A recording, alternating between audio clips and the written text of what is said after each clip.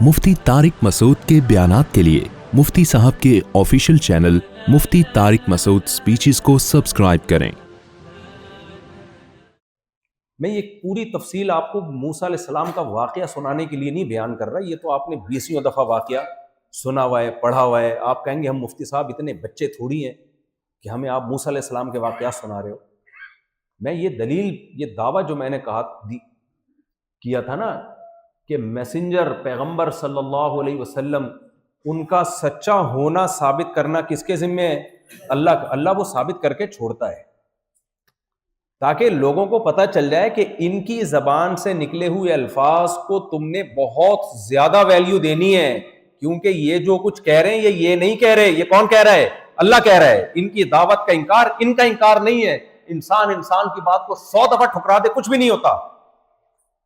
اختلاف رائے کہتے ہیں نا، رائے کا اختلاف ہے، ہم کہہ سکتے ہیں یار تمہاری یہ رائے ہے، میری یہ رائے۔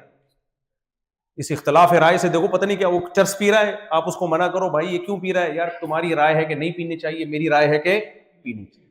کیا کر لو گے؟ بگاڑ لو گے کچھ اس کا؟ کیا کچھ کر لو گے؟ دلائل دینے شروع کر دو، آپ چرس سے نقصان ہوتا ہے کہ تمہیں ہوتا ہے، ہمیں تو نہیں ہوتا بھائی۔ کیا کر لو گے بھائی؟ آپ کہو گے میڈیکل رپورٹ ہے، کیا کہ ڈاکٹر خود پی رہا ہے چرس، جس سے رپورٹ لے کر آئے۔ تو انسان جب انسان سے ڈیبیٹ کرتا ہے لا متناہی۔ ایک بچہ سگریٹ پی رہا تھا نا، ایک بزرگ گئے اس کے پاس، بیٹا سگریٹ نہیں پیتے، اس سے عمر کم ہو جاتی ہے۔ اس نے کہا میرے دادا تو 100 سال میں مرے ہیں بھائی۔ کہتے ہیں کیا وہ سگریٹ پیتے تھے؟ کہتے ہیں نہیں، وہ کسی کے معاملے میں ٹانگ نہیں اڑاتے تھے، وہ اپنے کام سے۔ اب کچھ کر لو گے اس بچے کا؟ بولو۔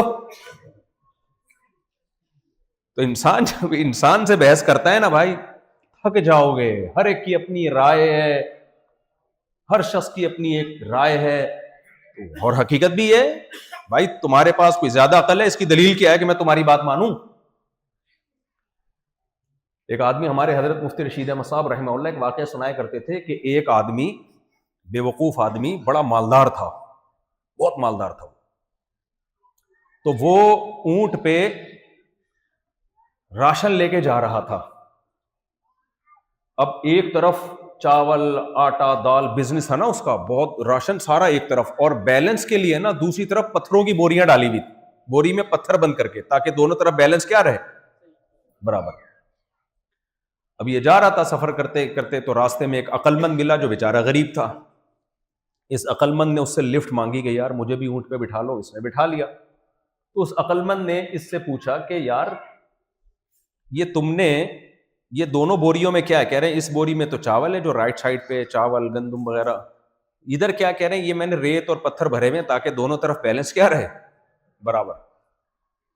اس عقل مند نے بولا ابے بے وقوف آدمی، تو آدھے چاول ادھر ڈال دے، آدھے ادھر ڈال دے، بیلنس بھی برابر ہو جائے گا، اونٹ کی اسپیڈ بھی ڈبل ہو جائے گی، اونٹ بھی تھوڑا سکھ کا سانس لے گا۔ اس نے کہا یار بات تو کچھ سمجھ میں آتی ہے، اب ڈیبیٹ ہو رہی ہے نا۔ تو اس نے کیا کیا؟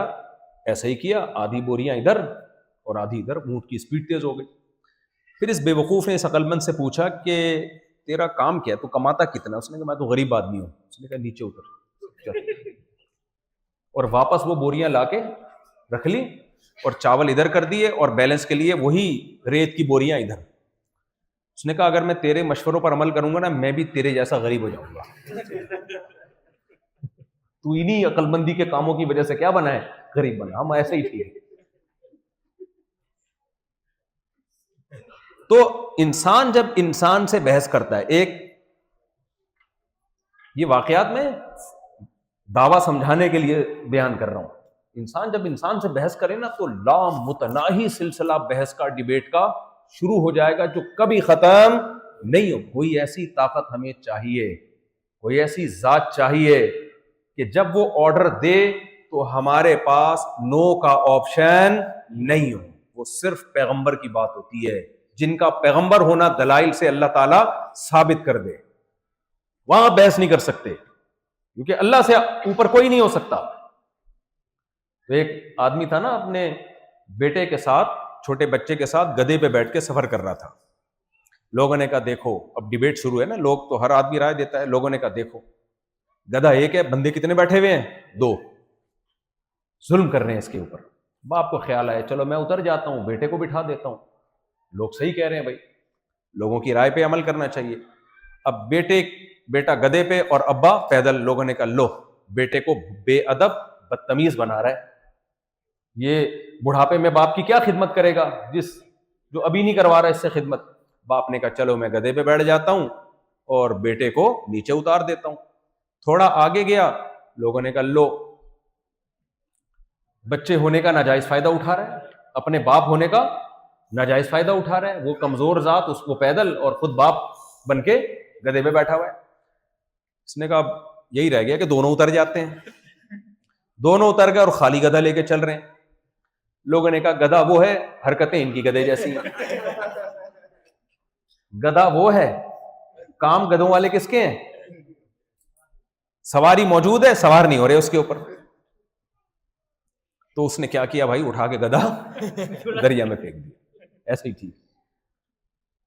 خیر یہ تو ایک لطیفہ ہے، لیکن حقیقت یہ ہے کہ انسان جب انسان سے ڈیبیٹ کرتا ہے کیا صحیح ہے کیا غلط ہے، ایسی ڈیبیٹ شروع ہوگی نا قیامت تک کبھی ختم نہیں ہوگی. آپ کبھی بھی یہ فیصلہ یقینی طور پہ کر ہی نہیں پاؤ گے کہ صحیح کیا ہے غلط کیا ہے، صحیح کی ڈیفینیشن کیا ہے، غلط کسے کہتے ہیں. ناممکن، امپاسبل.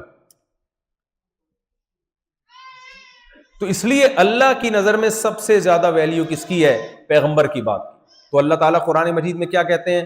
قُلْنَا لَا تَخَفْ، اے موسیٰ خوف مت کر، إِنَّكَ أَنْتَ الْأَعْلَى وَأَلْقِ مَا فِي يَمِينِكَ. موسیٰ علیہ السلام نے جو لاٹھی جب زمین پہ ڈالی تو لاٹھی، قرآن کہتا ہے کہ وہ اچانک اس نے ایک ہی سانس میں سب کو کھا لیا. اب ہوا کیا ہے، جتنے جادوگر تھے نا، فَأُلْقِيَ السَّحَرَةُ سُجَّدًا، وہ سارے کے سارے فوراً سجدے میں گر گئے. کیوں فوراً سجدے میں گر گئے؟ اس لیے کہ جادوگر جادو کی حقیقت جانتے. دیکھو کنفیوژن کیا ہو رہی تھی پبلک کو کہ یہ جادو ہے یا نہیں ہے، یہ کنفیوژن ہو رہی تھی نا. تو جس فیلڈ کے ماہرین گواہی دے دیں، جس فیلڈ کے ماہرین، جب کنفیوژن ہوتی ہے تو ہم اس فیلڈ کے ماہرین کی طرف رجوع کرتے ہیں کہ آپ بتاؤ یہ کیا ہے. سوائے پاکستان اور انڈیا میں. پاکستان اور انڈیا میں جب آپ کو کنفیوژن ہوگی تو اس فیلڈ کا جو ماہر نہیں ہے نا، اس سے پوچھا جائے گا بتا بھائی کیا مسئلہ ہے. فتویٰ ہمیشہ وہ دے گا جو ڈاکٹر ہوگا. میڈیکل سائنس کی باتیں مفتیان کرام بتا رہے ہوں گے، مذہبی لوگ آپ کو پیسہ کمانے کے طریقے بتا رہے ہوں گے، اور جو پروفیسر لیکچرار ہیں جن کو کبھی اسلام سے کوئی نہ کسی مدرسے میں پڑھا نہ مفتی بنے، وہ نکاح طلاق کے مسائل بتا رہے ہوں گے. تو یہ اللہ کا فضل ہے الحمدللہ، یہ ہمارے یہاں بہت چل رہا ہے. جب کورونا کے دن تھے نا، کووڈ کے دنوں میں، لوگ مجھ سے آگے پوچھتے تھے مفتی صاحب یہ کووڈ سچی مچی میں ہے یا نہیں ہے. میں کہتا تھا بھائی یہ ڈاکٹروں کی فیلڈ ہے، یہ مفتیوں کی فیلڈ نہیں ہے، یہ ان سے پوچھو ہے یا نہیں. ابھی مجھ سے پچھلے ہفتے میں کراچی میں تھا، سوال پوچھا مفتی صاحب پولیو کے قطرے پلانے چاہیے کہ نہیں پلانے چاہیے. میں نے کہا ہم نے مدرسوں میں جو 8 سال پڑھا پھر تخصص کیا، اس میں پولیو کا ٹاپک کہیں بھی نہیں آیا. خدا کے لیے آپ مولویوں سے کیوں پوچھ رہے ہو یہ چیزیں؟ یہ ڈاکٹروں سے پوچھو جا کے. لیکن یہ ہمارے ملک میں اتنا زیادہ ہے، جس کی جو فیلڈ نہیں ہے وہ اس میں ماہر ہے. تو اللہ تعالیٰ جب کنفیوژن ہوئی کہ ہو سکتا ہے یہ جادو، وہ ہو سکتا ہے یہ معجزہ ہو، تو جو اس فیلڈ کے ماہرین تھے، جن کو فرعون نے خود کہا کہ یہ ماہرین ہے، تبھی تو فرعون ان کے مقابلے میں لائے نا موسیٰ علیہ السلام کے مقابلے میں، تو اللہ نے ان ماہرین سے کہلوا دیا کہ یہ جادو بولو نہیں ہے. میں یہ اس لیے سنا رہا ہوں کہ اللہ کے ذمے ہے کہ پیغمبروں کی پیغمبری کو اور ان کے سچے ہونے کو 2 اور 2 4 کی طرح ثابت کر دے، اور یہ اللہ کرتا ہے. سردے میں گر گئے اور کہا کہ کیوں سردے میں گر گئے؟ اب سوال پیدا ہوتا ہے بھائی وہ بھی تو لاٹھی سانپ بنی ہے اور یہ بھی لاٹھی سانپ، تو ان کو کیسے پتا چل گیا جادوگروں کو فوراً سیکنڈوں کے اندر کہ یہ اللہ کے پیغمبر ہیں؟ اس لیے پتا چل گیا کہ قرآن کے الفاظ یہ ہیں کہ جب جادوگروں نے لاٹھی پھینکی تھی تو وہ سانپ بنی نہیں تھے، دیکھنے میں ایسا لگ رہا تھا یہ سانپ ہیں. حضرت موسیٰ نے جب لاٹھی زمین پہ ڈالی ہے وہ حقیقت میں فَإِذَا هِيَ حَيَّةٌ تَسْعَىٰ، اچانک وہ پھرتیلا سانپ بن گئی. تو جادوگروں نے کہا کہ یہ تو ممکن ہی نہیں ہے کہ کوئی سچی مچی میں سانپ بن جائے لاٹھی، امپاسبل. تو اس فیلڈ کے ماہر تھے. انہوں نے کہا یہ خدائی کام ہو سکتا ہے, کسی انسان کا کام نہیں ہو سکتا. اس لیے قرآن کہہ رہے فوراً سجدے میں گر گئے. اب ایک اشکال رہ گیا تھا, ہو سکتا ہے معاذ اللہ یہ نورا کشتی ہو. کیا خیال ہے بھائی؟ دونوں نے پہلے سے طے کیا ہوا ہو کہ ہم مقابلہ کریں گے, آپ جیت جائیں گے تو آپ کی مصر پہ حکومت قائم ہو جائے گی, تو ہمیں بھی کچھ وزارتیں دے دینا. اگرچہ اس کا امکان نہیں تھا لیکن تھوڑا سا تو تھا نا. فرعون ایمان لانے کے بجائے فرعون کیا کہتا ہے؟ فرعون کہتا ہے کہ یہ سب تمہاری ملی جلی ہے, یہ بڑے جادوگر ہیں موسیٰ علیہ السلام معاذ اللہ, اور تم کیا ہو؟ چھوٹے جادوگر. اور تم دونوں نے مل کے پلان بنایا تھا کہ یہ معاذ اللہ نقل کفر یہ ناٹک کرو گے اور پھر لوگ تمہارے ساتھ ہو جائیں گے اور مجھ سے میری حکومت چھین کے مصر پہ تمہاری حکومت قائم ہو جائے گی اور لائف کو انجوائے کرو گے. یہ ایک تھوڑا سا وہم بولو باقی تھا. اور فرعون نے جادوگروں کو دھمکی دی, لَأُقَطِّعَنَّ أَيْدِيَكُمْ وَأَرْجُلَكُمْ مِنْ خِلَافٍ وَلَأُصَلِّبَنَّكُمْ فِي جُذُوعِ النَّخْلِ, میں تمہارے ہاتھ پاؤں کاٹ کے کھجور کے تنوں سے تمہیں لٹکا دوں گا, مار دوں گا میں. مجھے بتاؤ نورا کشتی کیوں ہوتی ہے؟ دنیاوی مفاد میں ہوتی ہے نا, کچھ وزارت مل جائے, کچھ پیسے مل جائیں. تو یہ ایک موقع تھا, جادوگر فوراً کہہ سکتے تھے کہ اے فرعون تو نے ہمیں دھمکی دی ہے کہ تو ہمارے ہاتھ پاؤں کاٹ کے کھجور کے تنوں پہ لٹکا دے گا.